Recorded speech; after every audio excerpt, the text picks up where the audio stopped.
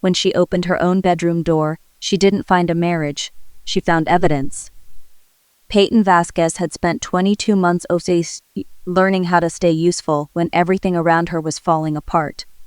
She was an Air Force captain, a flight medic, the kind of woman who could step into a wreck, a fire, or a blood-soaked back seat and make her hands move steady while everyone else panicked. She documented everything for a living: times, vital signs, decisions, names, what was seen, what was said, what was done. Her husband forgot that part. On a Tuesday afternoon in early September, Peyton came home to Tucson after nearly 2 years away, carrying a duffel bag, a stiff neck, and the kind of exhaustion that sits behind your eyes long after the flight is over. She had imagined this return 1,000 times, not as something dramatic, just simple, a driveway, her son running toward her, her husband waiting with that awkward smile he wore when he was trying to be tender, but didn't know how. Instead, the first message she got was a text saying he was stuck on a shift and would meet her at the house. By the time she pulled onto her street, Garrett's gray Tacoma was already in the driveway, and behind it sat a mint green Honda she knew very well. Marisol's car. Peyton didn't move right away. She just sat there with both hands on the wheel, staring through the windshield while the desert heat shimmered over the hood of the truck. The air smelled like dust and hot concrete, and the old ache of something she hadn't named yet. A lot of people think betrayal arrives like a scream, a shattered glass, a door slamming hard enough to make the walls shake. Sometimes it doesn't. Sometimes it arrives quietly, sitting in a driveway before you even get out of the car. Peyton killed the engine, picked up her bag, and stood there for a second longer than she should have. She was not a woman who liked surprises. She liked flight plans, checklists, timestamps. She liked knowing what came next. Deployment had trained her that way. Trauma had sharpened it, so she counted to 11. 1 breath, 2, 3. By 11, she had already started making excuses for what she was seeing. Maybe Marisol had stopped by to drop something off. Maybe she was helping Garrett with something around the house. Maybe Peyton's own mind was being cruel because she was tired and jet-lagged and too ready to believe the worst. That is what love does sometimes. It tries to protect the person before the truth has finished arriving. She walked to the front door with her duffel over one shoulder, slid her key into the lock, and stepped inside her own house. The smell hit her first. Not food, not cleaning spray, not the stale, ordinary smell of a home where someone has been living alone. It was the sharp, intimate smell of two bodies sharing the same air too long: sweat, beer, perfume, and underneath it, something sweet and floral she didn't wear. Peyton stopped in the entryway. The living room told part of the story before she ever reached the hallway. 2 wine glasses on the table, one shirt thrown over the back of the couch, a bra near the edge of the rug. Not hers, not even close. No one had cleaned up. No one had even tried very hard. Peyton took one slow step, then another. Her boots made almost no sound. Years of moving through dark houses on emergency calls had taught her how to enter a room without announcing herself. She used that same body now, the one trained to approach disaster quietly and evaluate before reacting. The bedroom door was open just enough for her to see in. She pushed it the rest of the way. Garrett was in their bed. Marisol was beside him. For one impossible second, the room seemed to freeze around the shape of it. The white sheet half tangled around their legs. Garrett sitting up too fast. Marisol turning toward the door with her face drained of color. Then Peyton saw the hand that changed everything. Marisol's hand resting on the curve of her stomach. She was pregnant, not barely pregnant, not early enough to miss. She was visibly carrying Garrett's child, her body rounded in a way that left no room for denial.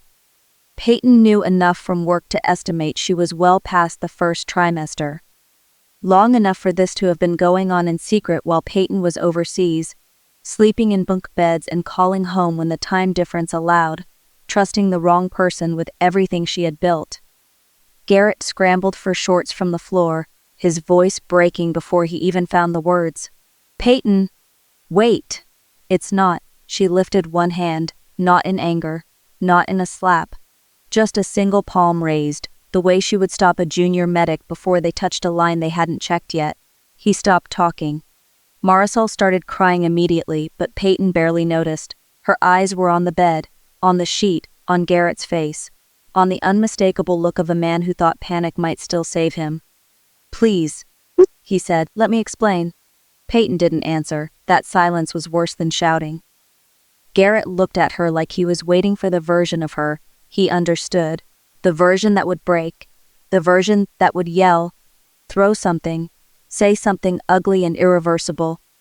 He had prepared himself for that woman, but the woman standing in the doorway had spent too many years in other people's emergencies to waste her breath on the wrong reaction. Peyton looked at Marisol once, just once, and then back at Garrett.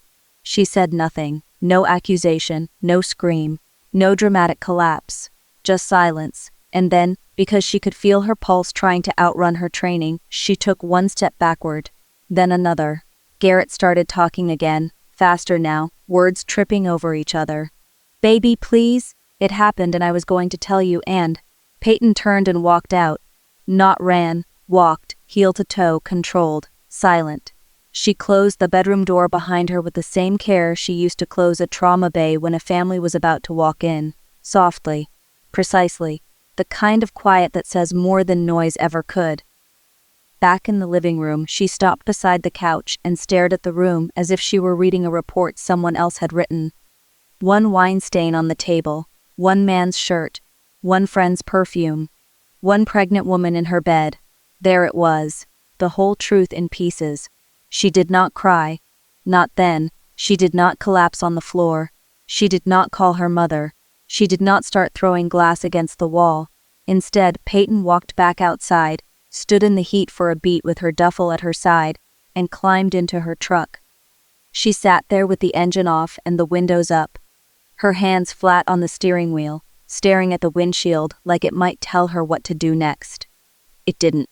So, she did what she always did when something mattered. She documented it. From the cargo pocket on her uniform pants, she pulled a small black notebook she had carried for years. The same kind of notebook she used on deployment. The kind she used to log flights, patients, medication doses, incident times, and critical decisions that could later be questioned by people who hadn't been there. She opened to a blank page. At the top she wrote the date, then the time. 3:18 p.m.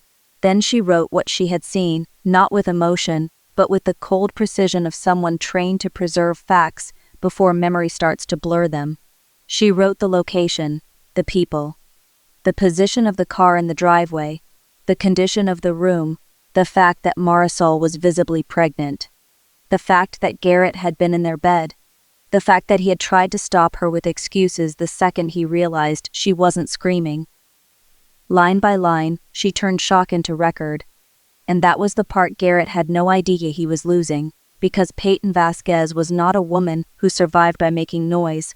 She survived by making notes. She survived by noticing what other people forgot, by staying calm long enough to see the whole picture, by understanding that panic is loud, but proof is patient. While he had been reckless, she had been building a habit of exactness for more than a decade. He had cheated like a man who thought consequences were something that happened to other people. She had come home like a woman who knew how to keep evidence alive. When she finished writing, she closed the notebook and sat very still, listening to the air conditioner hum in the truck and the sound of her own breath trying to settle.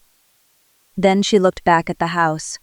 Inside, the life she thought she was returning to was still sitting in her bedroom, waiting for her to explode. But Peyton was already gone from that version of the story.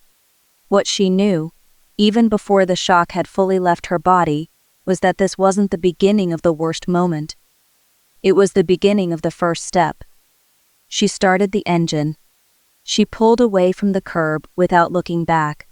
And somewhere behind her, in the house she used to think was home, Garrett still had no idea that the real fight had already started. Not in the bedroom, not in the shouting, not in the betrayal itself. It started in the quiet, the moment Peyton opened her notebook and began to write. But the part that broke her life in half was only the beginning. Because the next 11 days would be a quiet war. She didn't call her mother. She didn't scream. She opened a notebook and started building a case. By the time Peyton reached the end of the block, the house was already behind her, but the image of that bedroom was still sitting in the back of her mind like a second pulse. She kept both hands on the wheel and drove in silence, not because she was calm, but because she refused to let the shock make decisions for her. That was the first thing deployment had taught her. In a crisis, emotion could wait, facts could not. She pulled into a grocery store parking lot 3 streets away and sat there with the engine running, staring at nothing. Her uniform still smelled like airplane air and dry desert heat, but underneath that was the sharper memory of the room she had just left. She could still see the bed, the sheet, Garrett's face, Marisol's stomach, the exact angle of the bedroom door when she opened it. So she wrote it down, not later, not when she felt like it now. She took out the small black logbook she always carried and flipped to a clean page. At the top she wrote the date, then the time, then the location, then the details, stripped of emotion and reduced to what could be proven. 3:18 p.m. Return home following deployment. Observed husband and female friend in marital bed. Female subject visibly pregnant. Male subject attempted verbal explanation. No verbal response given. She paused, read it once, and added one more line. Did not confront, left scene. That line mattered more than all the others, because it marked the moment her old life stopped and the new one began. Peyton knew how quickly memory could be rewritten by panic, by guilt, by somebody else's version of events. She had seen it happen too many times in hospitals, and too many times in paperwork. If she wanted the truth later, she had to preserve it now. She dated the page again in the corner and closed the notebook. Then she drove to the one person in Tucson she trusted not to make this worse. Yolanda Perez lived in a small house on the east side of town with a shaded porch, 3 pots of dying succulents, and a kitchen table that had seen more hard conversations than most courtrooms. She had worked trauma with Peyton before the deployment, and she had the rare gift of not trying to rescue people from their own pain. She could sit in the middle of a disaster and still hear what mattered. When Yolanda opened the door, she took one look at Peyton's face and stepped aside without a question. No pity, no lecture, no what happened, just room. Peyton walked in, set her logbook on the table, and sat down like she was reporting for debrief. Yolanda poured coffee, slid a mug across the wood, and said only, "Facts first." Peyton nodded once, so she gave them to her: the drive home, the car in the driveway, the smell in the house, the open bedroom door, Garrett scrambling for words, Marisol crying, the pregnancy, the silence. She didn't use the word betrayal. She didn't need to. The facts already had enough weight. When she finished, Yolanda didn't immediately speak. She just sat back with both hands around her mug, studying Peyton the way a good medic studies a monitor before making a call. Then she asked, "What do you want to do?" Peyton looked down at the coffee, then at the notebook, then back up. "I want the truth," she said. Yolanda gave a short, humorless breath through her nose. "That's not a feeling. That's a process." "I know. Then let's do the process." Peyton didn't cry. She didn't even blink much. Her voice stayed level, but inside her chest everything was moving too fast, like a helicopter rotor trying to spool up in a storm. Yolanda leaned forward. "You are not calling him tonight. I'm not. You're not going to his mother. I'm not. You're not posting, texting, blowing up his phone, or doing anything that gives him a warning." Peyton shook her head. "Good," Yolanda said. "Because if he thinks you're going to react like a hurt wife, he'll keep lying like a man who thinks he can outrun consequences." That sentence landed hard, because it sounded exactly right. Peyton took a sip of coffee, more for the motion than the taste. Then she opened her notebook again and wrote down Yolanda's advice under the timestamp. No warning. No emotional confrontation.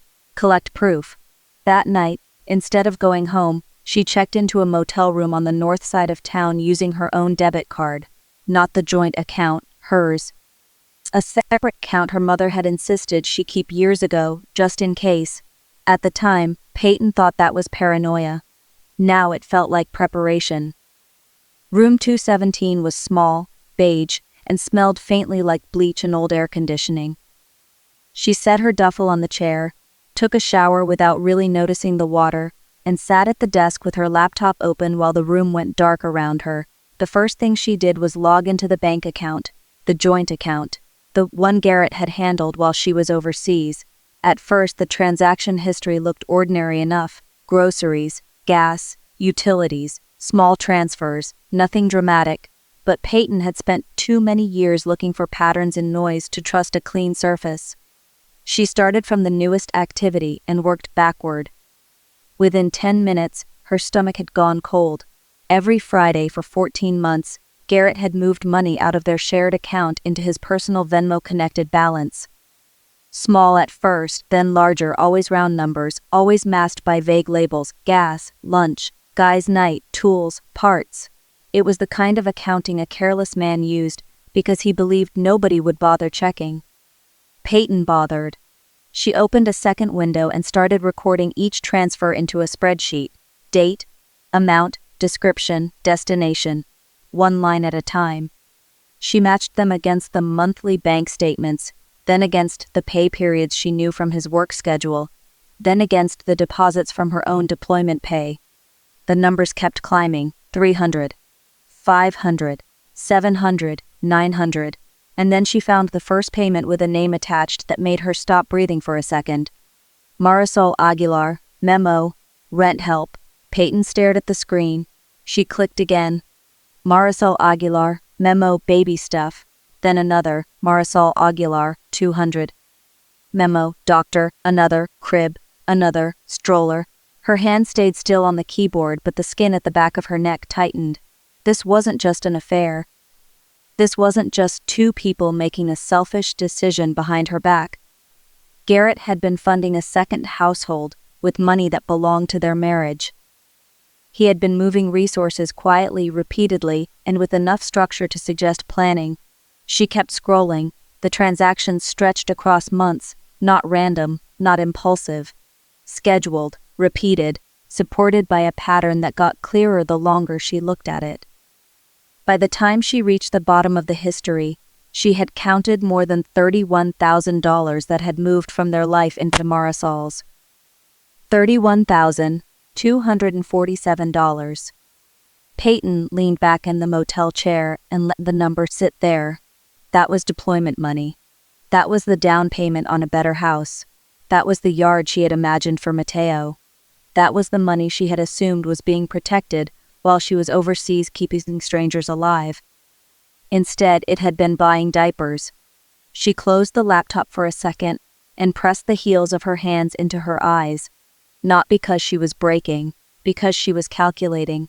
When she opened her eyes again, she did what she always did when a scene got complicated. She broke it into parts. She made folders: bank statements, Venmo history, work schedules, texts, photos, notes. Then she started naming files with the precision of a flight checklist: date, source, relevance.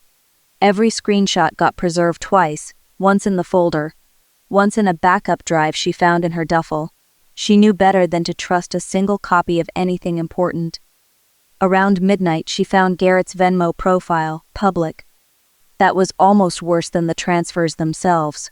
Because public meant careless. Public meant he hadn't even thought to hide the trail.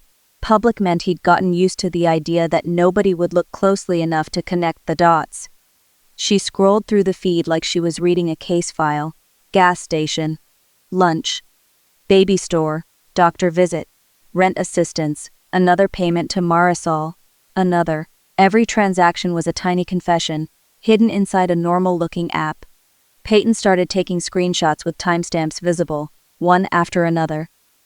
She labeled each one and added notes in her logbook beside the bed. Screenshot 1, rent assistance to Marisol Aguilar. Screenshot 2, baby-related payment. Screenshot 3, repeated transfers over 14 months. Pattern suggests ongoing financial support. At 1 in the morning, she stopped long enough to drink motel, coffee gone cold, and stare at the dark window. The question was no longer whether Garrett had cheated. That had already been answered. The real question was how long he had been building this, and who else knew. She pulled up the text messages next. At first, they were ordinary enough to be infuriating. Her own messages from overseas, photos of Mateo, questions about bills, comments about home repairs, grocery lists, little messages that said normal life was still supposed to exist on the other side of the ocean. Garrett's replies were careful. Too careful now that she was reading them with fresh eyes. Busy at work, long shift, can't talk. Will explain later. Need to handle something first. Then she found the threads where he mentioned overtime. A lot of overtime. More overtime than the pay stubs could support. She checked the deposits against the hours he claimed to be working. The math didn't line up, not even close. It looked less like a husband trying to survive, and more like a man maintaining two versions of the same story depending on who was asking. By the time dawn crept faintly into the room, Peyton had been awake long enough to feel the shape of the truth changing. This wasn't a mistake that happened one night and spiraled. This was built, paid for, repeated, scheduled, protected, and that made it colder. At 7:12 a.m., her phone buzzed. Yolanda. Peyton answered on the second ring. Yolanda didn't waste a second on pleasantries. Did you check the transfers? I did. You okay? Peyton looked at the notebook open on the desk, her own handwriting filling half the page. No. That's honest, Yolanda said. Good, don't start lying to yourself now. There was a pause on the line, and then Yolanda asked, Did he ever use your deployment account for anything unusual? I'm checking that next. Do it carefully. Why? Yolanda was quiet for a beat.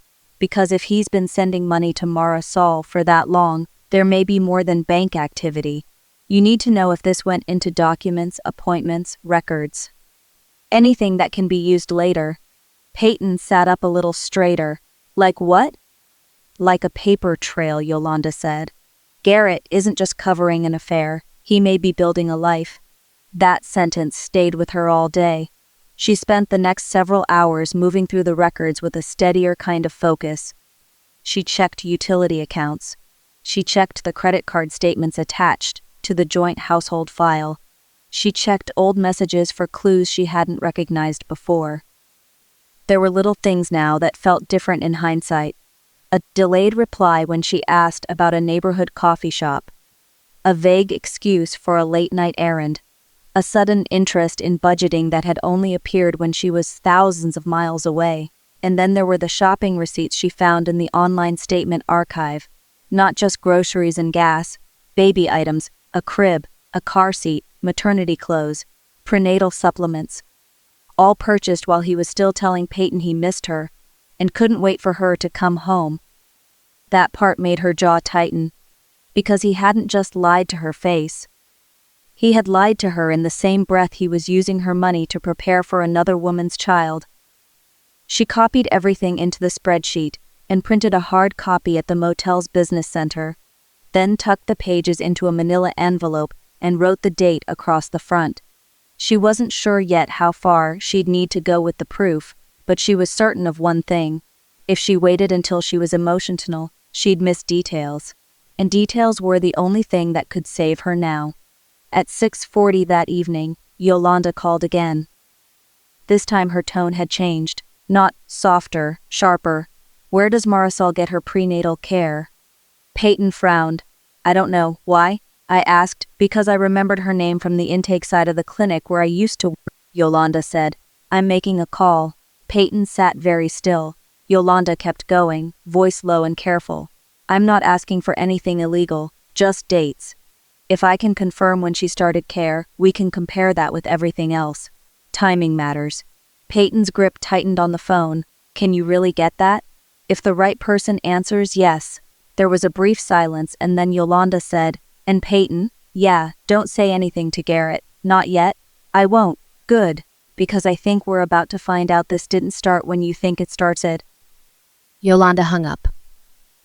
Peyton sat in the motel room with the phone still against her ear, staring at the folder full of screenshots and transfers spread across the bed. If Yolanda was right, then the affair wasn't just hidden. It had a timeline, which meant somebody somewhere had seen the evidence of it long before Peyton walked through that bedroom door. And if that was true, the next call was going to answer a question much bigger than betrayal. It was going to tell her how deep the lie really went, and who had helped keep it alive. The affair was bad. The paper trail was worse. Peyton sat frozen on the edge of the motel bed after Yolanda hung up, the phone still warm in her hand, the open laptop glowing across the room like a second witness. Outside, Tucson was already going dark, but she wasn't thinking about the sky. She was thinking about dates, not feelings. Dates, because dates were where lies went to die. She set the phone face down on the blanket and turned back to the spreadsheets she had built with military patience and civilian rage.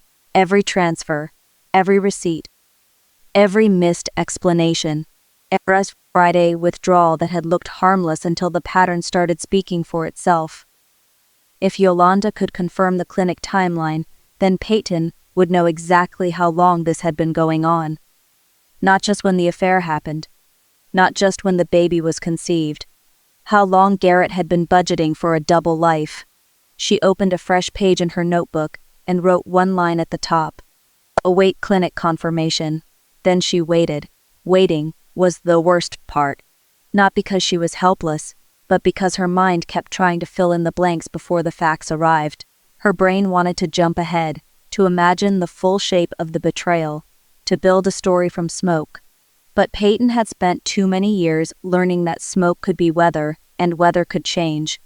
Facts did not change. Facts stayed where you put them, so she kept her hands busy. She pulled up the deployment calendar she had used in Germany and cross-checked every date against the money Garrett had sent to Marisol. She marked the days she had been on night shift, the days she had been flying medevac rotations, the weekends she had been too tired to think about anything except Mateo's voice through a bad connection. And every time she laid one timeline over the other, the picture got uglier, because the numbers were beginning to line up. Not just with the affair, with the pregnancy. Yolanda called back 22 minutes later. Peyton answered on the first ring. Yolanda didn't waste time. I have something. Peyton sat up straighter. Tell me. I spoke to Raina. The name meant nothing to anyone else, but Peyton heard the seriousness in Yolanda's voice and knew this had become real in a new way. She can't give me the chart, Yolanda said. And she didn't. We stayed on the right side of the line. I asked for dates only, and whether a father had been listed later. That's it. Peyton held her breath. Yolanda continued, measured and calm. First prenatal visit was April 12th. That places conception in late March, which matches what you saw. Peyton closed her eyes for 1 second. Not because she was shocked. Because she was not. The curve of Marisol's stomach had already told her enough, but hearing the date made the lie stop being a shape and start being a fact. Yolanda went on. Second visit was June 3. At that appointment, Garrett Vasquez was listed as the father on file. Peyton didn't speak. Yolanda let the silence stay there for a beat, then added, he gave his name in a medical setting. It's not gossip, it's not a rumor, it's in the record. The room seemed to narrow around Peyton's lungs. Not only had Garrett cheated, not only had he financed it, he had stood in a clinic and claimed the child. He had spoken it out loud somewhere clean and professional, where people wear gloves and type names into systems that don't forget. That was the part that made her stomach go cold. Because a man can lie in a bedroom. Men lie in bedrooms every day, but men do not usually volunteer paternity in a papered medical environment unless they are building something. Peyton opened her eyes and looked down at her notebook. April 12, June 3, father listed. She wrote it down exactly as Yolanda had said it, then added the one thing that mattered most. Confirmed by clinic contact through approved channels.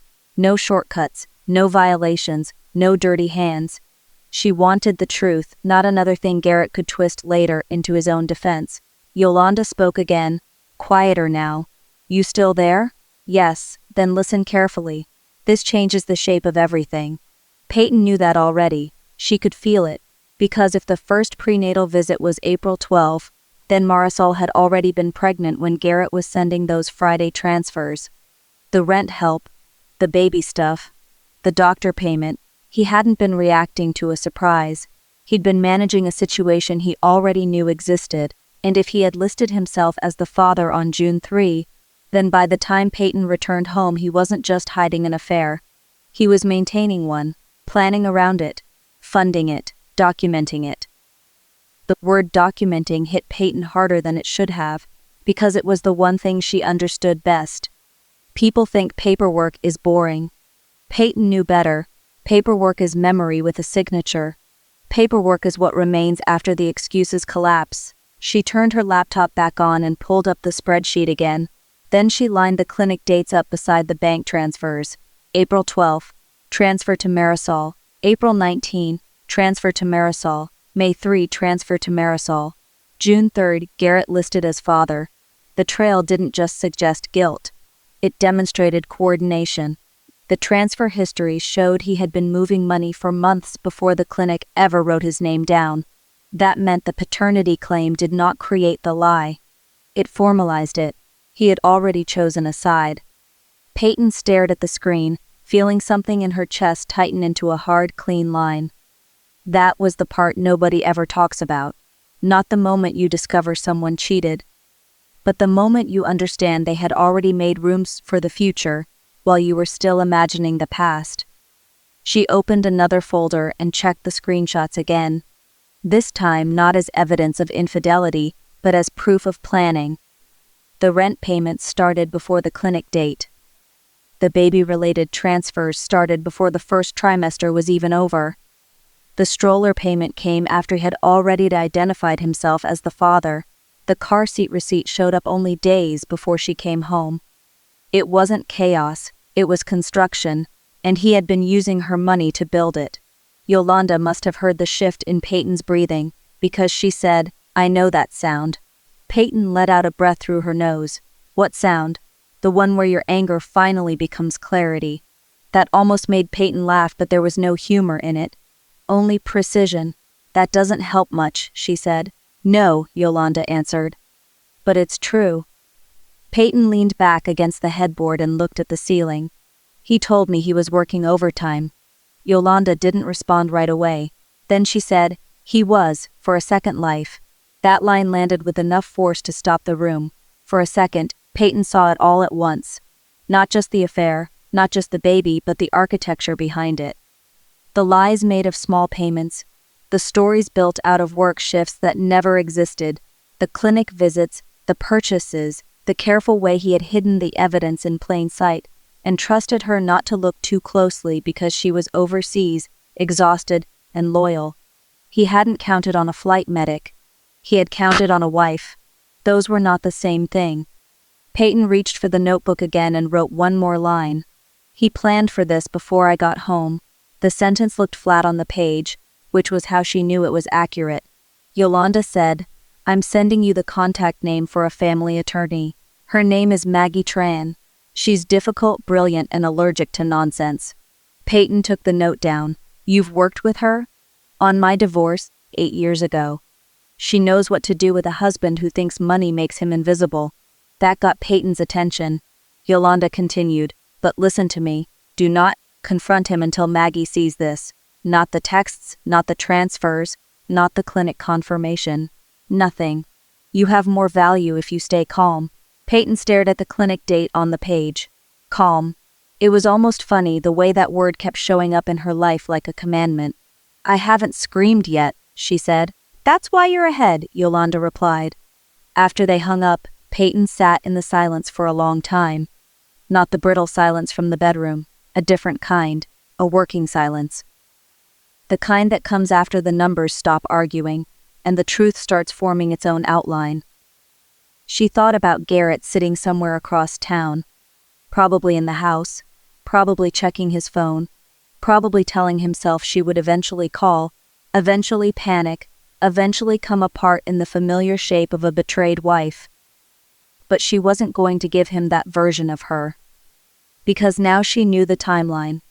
And timelines are dangerous, when a liar has forgotten what he told on which day. She opened her messages and scrolled until she found the thread where Garrett had asked about her arrival 8 weeks before she came home. Can't wait to see you. Need to talk when you get here. Hope the flight is smooth. Love you. The words were ordinary enough to be disgusting. She compared them to the transfer records. The week he sent that message, he had moved 700 to Marisol. The week after that, 900 tagged doctor. The same month, he had bought a crib.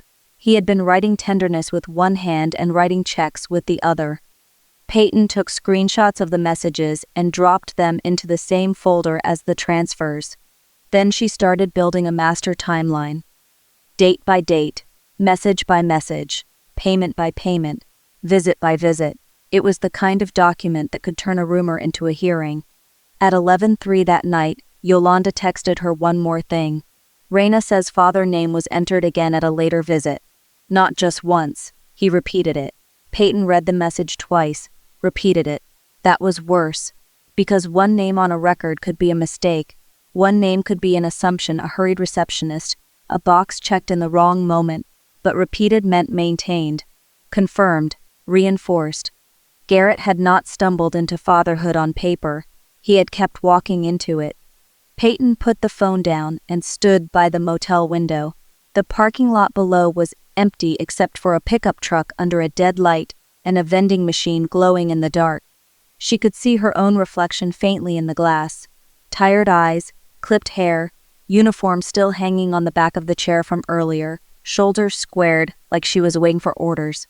There were no orders now, only evidence.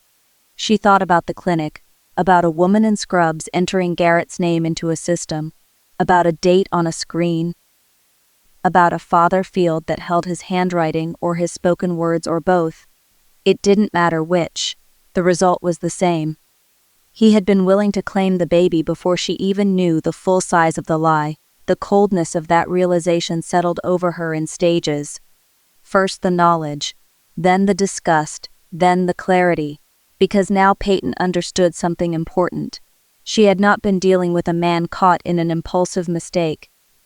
She had been dealing with someone who had already accepted the shape of his future and was using her life to finance it. That made everything simpler in a way she did not like. No more wondering if this had been a one-night collapse. No more giving him the benefit of a late explanation. No more arguing with the part of herself that wanted to believe he was merely confused. Confused men do not list themselves as fathers. Confused men do not pay rent help. Confused men do not buy baby gear.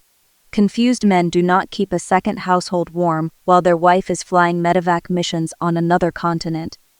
Peyton sat back down, opened the notebook, and wrote the most important sentence she had written yet. This was planned. She underlined it once, then again. The next, she went through everything one more time with a red pen. She marked the clinic date in the margin. She marked every payment around it. She marked the period when the baby would have been conceived. She marked the date Garrett had claimed the child on record. She marked every discrepancy between the story he told her and the one the evidence told instead. By the time she finished, the lie was no longer a cloud, it was a map, and the map pointed to one thing. Garrett had been trying to keep control of the narrative from the beginning. That was why he was so careful about texts, why he used vague labels, why he kept replies short, why he thought the money trail wouldn't matter. He believed he could manage people the same way he managed the checking account. He was wrong. The first call came at 6:14 a.m. Peyton saw his name on the screen and let it ring. The second call came 30 seconds later, then the third, then the fourth. She set the phone on the bed beside her and watched the screen flash over and over with his name, his number, his need. Voicemail after voicemail started piling up. At first he sounded annoyed, then confused, then scared. By the fifth message, the edge in his voice had changed. By the ninth, he was talking too fast. By the 12th, he was no longer pretending to be in control. You need to call me back. Peyton, please. Just tell me what you know. We can handle this privately. Marisol is freaking out. You're making this bigger than it needs to be. That last line made Peyton's jaw tighten, making it bigger. As if the pregnant woman in his bed, the money from their joint account, the clinic record with his name on it, and the lie he had carried for months were somehow all small things that had now been exaggerated by her attention.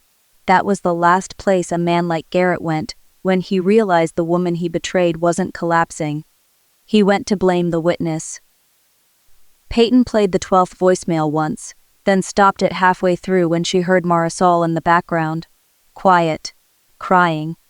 Then Garrett again, trying to sound reasonable, trying to sound wounded, trying to sound like a man who had been forced into this by circumstance instead of choosing it every day. He said, "I need to explain before this gets out of hand." Peyton wrote the sentence down exactly as he said it. Need to explain before this gets out of hand. That was the line of a man trying to control the damage before the truth hit daylight. Her phone rang again. Garrett. She didn't answer. He called right back, and right back again. By noon he had left 17 voicemails and sent 9 text messages, each one more urgent than the last. The tone had shifted from pleading to pressure. "Where are you? You need to talk to me. Don't do this over text. Call me now. People are asking questions. If you say anything stupid, this will hurt everyone." Peyton read that last message twice. If you say anything stupid. The arrogance in it was almost impressive. He was still trying to manage her like she was a system he understood. Still trying to steer her back into silence, with the same confidence he'd used when he was moving money and calling it work. But silence had already done its job. It had bought her time. It had protected the evidence. It had let the truth harden, and now he was panicking because the woman he expected to explode had become impossible to predict. Peyton saved every message. Then she forwarded the voicemails to Maggie. And while the phone kept lighting up with Garrett's name, she sat there in the motel room with her notebook open, her evidence organized, and her hands steady enough to write the next line. "He finally noticed I wasn't screaming. That's when he started looking for me." He thought he was begging for forgiveness. He was actually recording his own downfall. By the time Peyton came back to the house, the sunlight had shifted into that hard Arizona angle that makes everything look exposed. No softness left in it, no mercy. Just bright white truth pressed against stucco and glass. She parked 2 houses down so the neighbors wouldn't remember a truck in the driveway. Then she sat still for a second, with both hands on the wheel, staring at the front of the house she had once called home, trying to read it the way she read a trauma scene. Nothing had changed on the outside. That was what made it worse. The same potted plant by the steps, the same wind chime, the same narrow strip of shade along the front walk. If you looked quickly, you could almost pretend this was still a marriage, and not a crime scene with furniture. Peyton took out her notebook before she even got out of the truck. Date, time, purpose of visit, condition of residence. Her handwriting stayed even while her pulse didn't. That was the strange thing about discipline. It didn't cancel pain. It just gave pain a place to stand. The lock turned easily when she used her key. The same key she had carried through deployments, rotations, birthdays, and every promise Garrett had made while she was gone. The house opened on a smell she now recognized instantly. Stale beer, artificial vanilla, and something sour underneath it that had nothing to do with cleaning products and everything to do with fear. She stepped inside and closed the door behind her, without making a sound. The living room looked curated in the way a liar keeps a room curated when he knows someone might come back. There were no dishes from that night anymore. No obvious mess, but there were traces if you knew how to see them. A cushion on the couch still held the shape of someone who had been sitting there too long. A child's toy had been shoved behind a plant instead of put away. 2 coffee mugs in the sink, one with lipstick on the rim. Not hers. Peyton crossed the room slowly, camera already open on her phone, and began taking photographs. The kitchen counter first. The calendar on the refrigerator. The bank statement Garrett had left face down beside the toaster, as if a paper could hide itself by pretending to be ordinary. The receipt tape peeking out of the junk drawer. A prenatal vitamin bottle half hidden behind the cereal box. The same bottle she had seen before, now moved but not removed. Then she opened the drawer fully, seats. Folded, crumpled, and stuffed in the back like loose teeth. She laid them out one by one on the counter without touching anything else. Baby store, gas station, pharmacy. Grocery receipt with a high-dollar charge for formula and wipes. One was from a furniture warehouse. One was for a bassinet. One was for a small lamp with stars painted on the shade. Not hers, not Mateo's, not a mistake. She photographed everyone. Then she moved to the hallway closet, and found what she expected to find there. Another woman's tote bag, a pair of flats by the wall, and a duplicate set of keys hanging on a hook Garrett had once told her was just easier for emergencies. Peyton wrote that down too. Garage, glove compartment, Subaru, proof of purchase. She moved through the house the way she had been trained to move through unstable environments, slowly, deliberately, never reaching for what she hadn't already identified. In the garage, she found the Outback exactly where she had left it, covered in dust, like nobody had bothered to remember it existed until it became useful. The glove compartment held the paper trail he had been too careless to fully bury. 3 receipts, one for the infant car seat, one for the bassinet, one for postpartum items shipped to the home address, cash purchase, card purchase on a credit line she had never seen. She photographed the dates first, then the amounts, then the item descriptions. Then she took one wider image showing all 3 receipts together in the same compartment, because context matters when someone later tries to lie about what a thing means. She did not take them with her. Maggie had been clear about that. Photograph, don't remove. Document, don't dramatize. Let the evidence sit where it was found. So Peyton closed the glove box and locked the car again, leaving the receipts inside like a sealed verdict. When she went back into the house, she stood in the master bedroom for the first time since that Tuesday person left take in the room without looking away. The bed was made now. That was almost insulting. The sheets had been washed, the comforter pulled tight, the entire scene flattened into something clean enough to deny. But clean didn't mean innocent. On the nightstand on the far side of the bed was a second phone charger, a bottle of lotion she didn't use, another prenatal vitamin bottle, and on the dresser, half turned toward the wall, a tiny framed sonogram. Peyton stared at that picture for one long breath, not because she was surprised, because she wasn't. That was what betrayal did when it matured. It stopped being one moment and became a system, a structure, a life laid out in careful pieces before the first injured person ever got home. She took the photo. Then she opened her notebook to a clean page and wrote, "House visit complete. Additional dissipation evidence documented. Marital residence occupied by third party. Child-related expenditures confirmed on site." She underlined the last line once. Then she sat on the edge of the bed, not because she was weak, but because she needed 1 second to remember she was still human before she became evidence again. Her phone buzzed in her pocket. Garrett again. And again.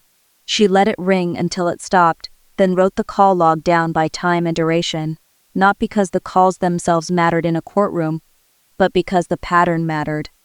Panic had a rhythm. Control had a rhythm. Lies had a rhythm too, and once you could hear it, you could map the whole thing. By the time she drove back to the motel, she had a full page of notes and a stomach that felt made of ice. Yolanda called her before she even got out of the truck. "You got in?" Yolanda asked. "I got everything." "Good. Don't clean up any gaps, no fixing, no explaining. Leave the mess where it belongs." Peyton looked at the notebook on the passenger seat. "He's been calling all day. That means he knows you've gone quiet." Peyton said nothing. Yolanda lowered her voice. "If he comes to you, don't give him a speech. Give him a question." Peyton understood immediately. Questions make liars choose. Statements let them perform. She thanked Yolanda and hung up. That night, Garrett finally found her. It was just after 9:30 when the knock came on room 217. Not loud. Not even angry at first. Just desperate enough to make a person open the door if they were still living inside hope. Peyton stood from the desk and looked through the peephole. Garrett was there alone, hair uncombed, shirt wrinkled, face pale under the parking lot light. He looked like a man who had driven in circles long enough to wear his own fear out. She checked the chain lock. Then she turned on her phone's recording app. Then she set the phone on the bedside table facing the door. Arizona was a one-party consent state. She knew that the way she knew oxygen saturation numbers and Fieldrish rules. Legal. Clean. Admissible. She opened the door only as far as the chain allowed. The smell hit her first. Beer. Sweat. The frantic, sour smell of someone who has spent hours rehearsing a version of the truth that won't fit when the door finally opens. Peyton, he said, and his voice cracked on her name. Please, just let me in, I'm begging you. She didn't move. Why? He blinked like he had expected yelling and not a single word. Because I can explain everything. No, she said. You can answer a question. He swallowed hard and nodded too fast. Okay, yes, anything. Peyton's voice stayed level. Is the baby yours? He froze. And because the silence was too long, she knew the answer before he said it. His eyes filled immediately, but it wasn't the kind of crying that comes from shame. It was the kind that comes when a cornered person realizes the room has only one exit left. Peyton, he whispered. She did not raise her voice. Is the baby yours? His shoulders sagged. The answer came out of him like a surrender. Yes, one word. That was all it took. The phone on the bedside table kept recording every second of it. Peyton held his gaze through the narrow space of the door chain, while the world inside her went very still. Not broken, not shattered, still. Say it again, she said. He looked up, confused. What? She repeated it, each word deliberate. For the recording, is the baby yours? His mouth opened, closed, opened again. Then he nodded once and said it's louder this time, as if volume might make it less final. Yes. Peyton didn't flinch, didn't cry, didn't lean into the door and ask him why. She had learned that the first lie is always emotional. The second one is always procedural. She wanted the procedure. When did you know? She asked. He stared at her. When did you know you were the father? I don't know, he said, and the answer was so weak it almost insulted the air. After the clinic, before that. I mean, I thought. You thought what? He shook his head. It happened. I didn't plan. She cut him off. Did you use marital funds to support her and the pregnancy? His face changed. That was the moment he understood. She wasn't there to collapse for him. She was there to build a record. I was helping, he said. Peyton gave him nothing. Answer the question. He swallowed. Yes. Did you tell me you were working overtime when you were paying for a second household? He looked away. Answer it. Yes. Did you buy the car seat in cash because you didn't want a statement? He stared at her, breathing hard now, and the silence told her enough. Yes. That was the end of the conversation in any meaningful sense. Everything after that was damage control. He started talking faster, trying to stack excuses in front of the truth like furniture against a door. He said he had felt alone. He said he had made a mistake. He said he never meant for it to get this far. He said Marisol had been overwhelmed, that the timing had been bad, that he had been trying to protect everyone. Peyton listened without interrupting. Then he said the line that made the muscles in her jaw go tight. I didn't want you to come home to chaos. She looked at him for a long second. Then you should have told the truth before it became a courtroom problem. His face went blank. That was when she knew he was done using words as protection and had started using them as weapons. He lowered his voice. Peyton, please, we can fix this privately. There it was, privately, as if private had ever been good for her, as if secrecy hadn't already fed on 6 years of trust. She tilted her head slightly. You mean quietly. He didn't answer. You mean I should absorb this so you don't have to look at what you did? Peyton, do you know what I do for a living, Garrett? He looked wounded by the question, which told her everything.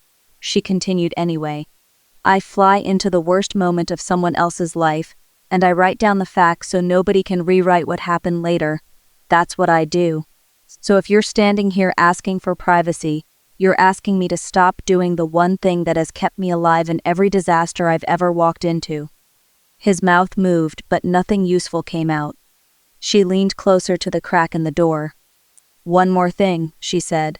Do not use Mateo in this conversation again. He blinked. I'm his father. Peyton didn't even let the sentence finish before she answered. You are the man who spent his son's future on a bassinet for somebody else's baby. He had no response for that, so she gave him the door. Not slammed, not thrown open, simply closed. The chain lock clicked into place. The deadbolt followed, then the silence. Peyton stood with her hand still on the lock for a beat longer than necessary. Not because she was afraid he'd force his way in, but because her body was learning what her mind had already accepted. The marriage was over. The confession was recorded. The case was now real. She picked up her phone and listened to the first few seconds of the audio through the speaker.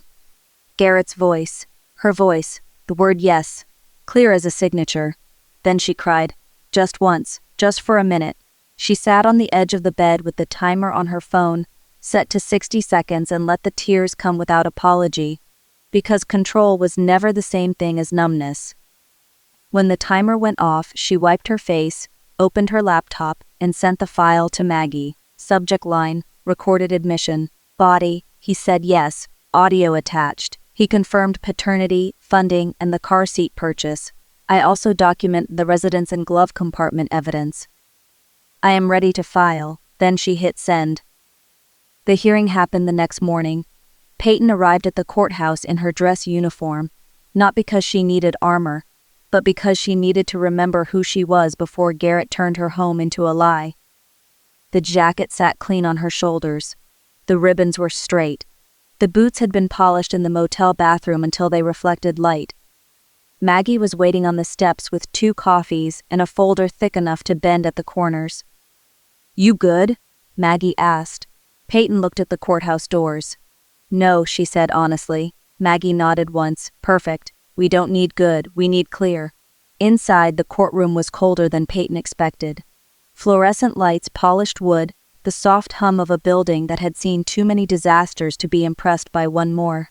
Garrett wasn't there. Not yet. That was intentional. This hearing was ex parte, the kind meant to freeze things before the other side gets a chance to drain the account and run the story first. Maggie had explained it to her the night before in plain language. If the judge believed the paper trail, the money could be locked before Garrett knew enough to hide it. Peyton sat straight in her chair and kept her notebook on her lap. When the judge entered, everyone stood. The Honorable Diane Whitfield looked exactly like a woman who had spent years learning to recognize panic and not confuse it for proof. Silver hair, calm face, reading glasses hanging low on a chain. She took her seat and began reading the petition before anyone spoke. Maggie went first. She didn't perform, she didn't plead. She's laid out the facts like a route map: deployment, joint account, Venmo transfers, cash withdrawals, receipts, timing, paternity admission. Every point landed cleanly. She explained the dissipation claim with the precision of someone who knew exactly what a court wanted and exactly what a court would reject. She showed the bank records first, then the screenshots, then the receipts from the glove compartment, then the voicemail file, then the audio clip from the motel door. When Garrett's voice said yes, the room changed. Not visibly, legally. That was the power of a confession. It didn't need to be dramatic. It just needed to be admitted.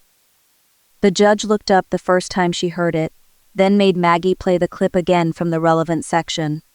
She listened with her pen still in hand, one finger lightly touching the edge of the paper as if she were making sure the record stayed grounded.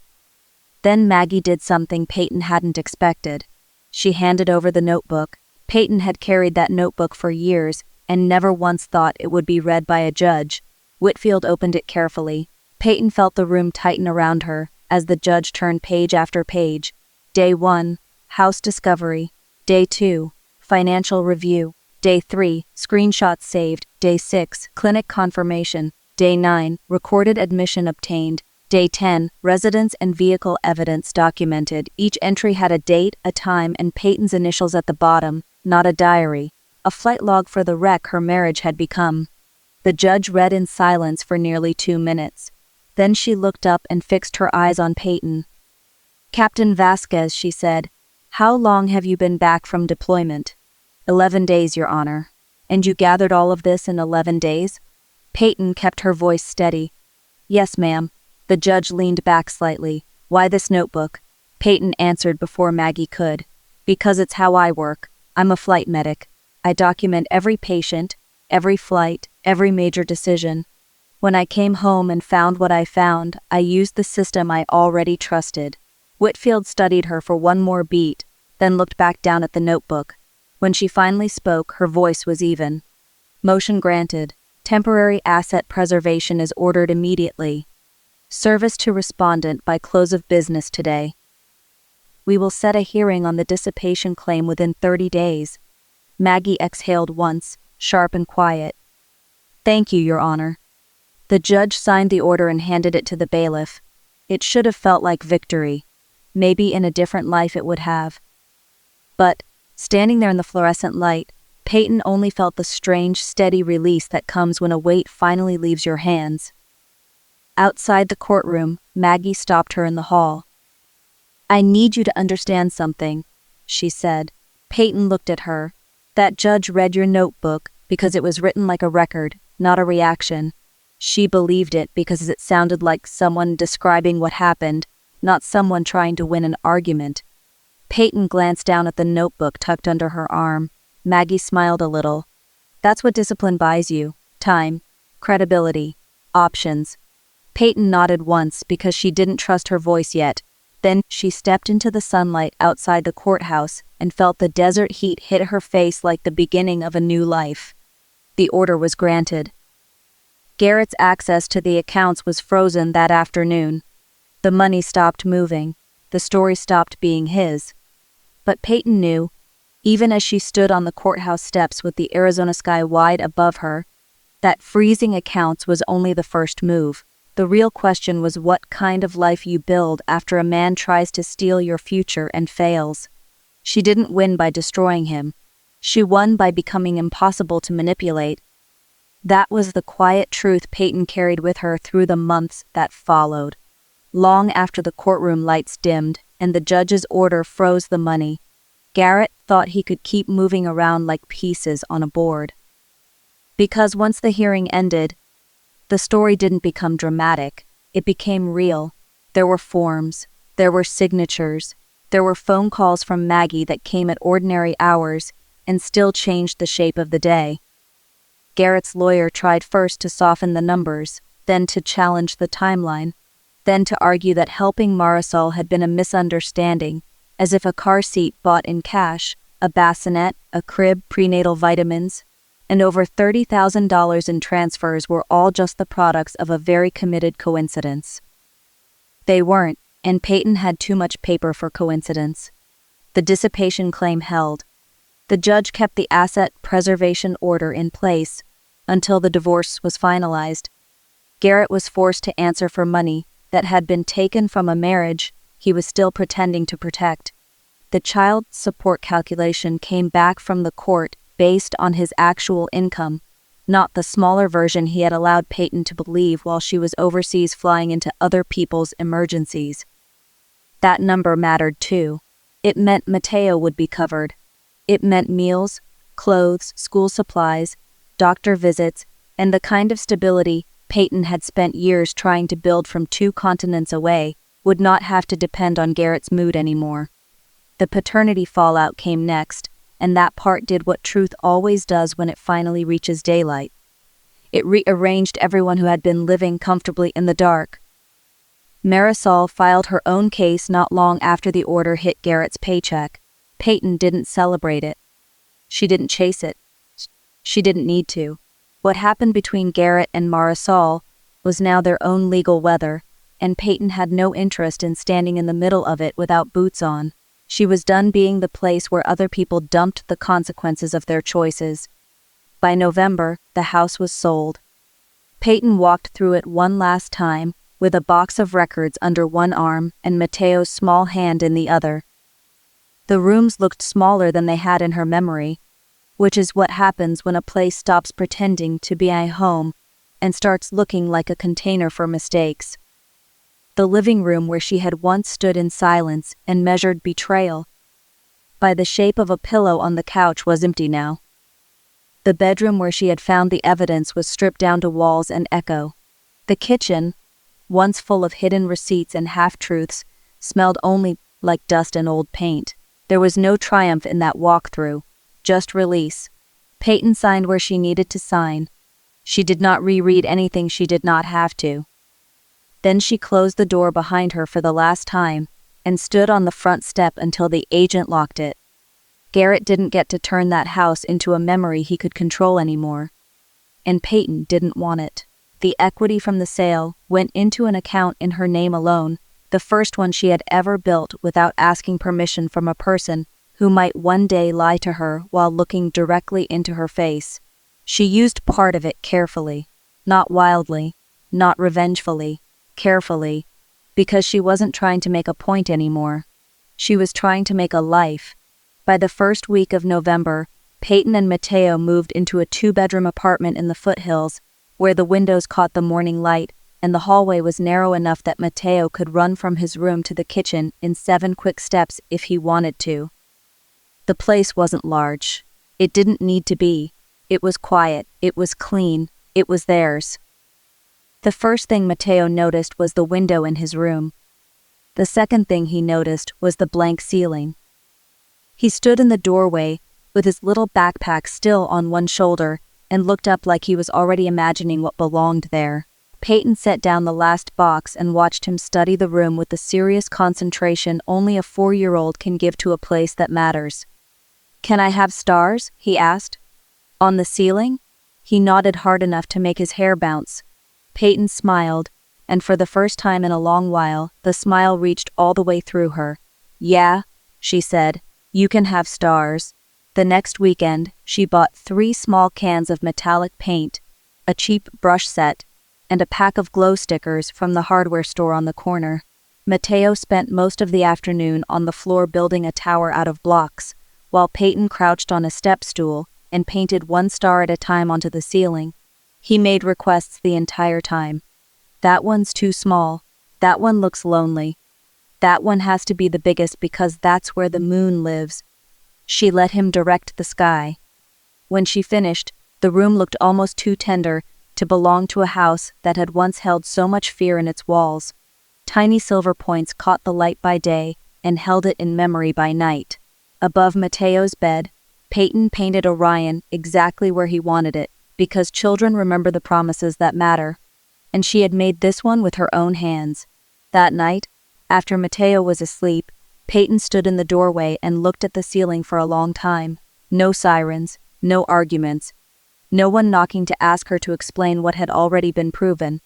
No one trying to make her doubt the paper in her own hands, just stars. She understood then that healing was not an event. It was not a courtroom ruling, or a single brave sentence, or the moment somebody else finally admitted what they had done. It was repetition. It was locking the door when you needed to. It was saving the screenshot. It was not responding to the first text.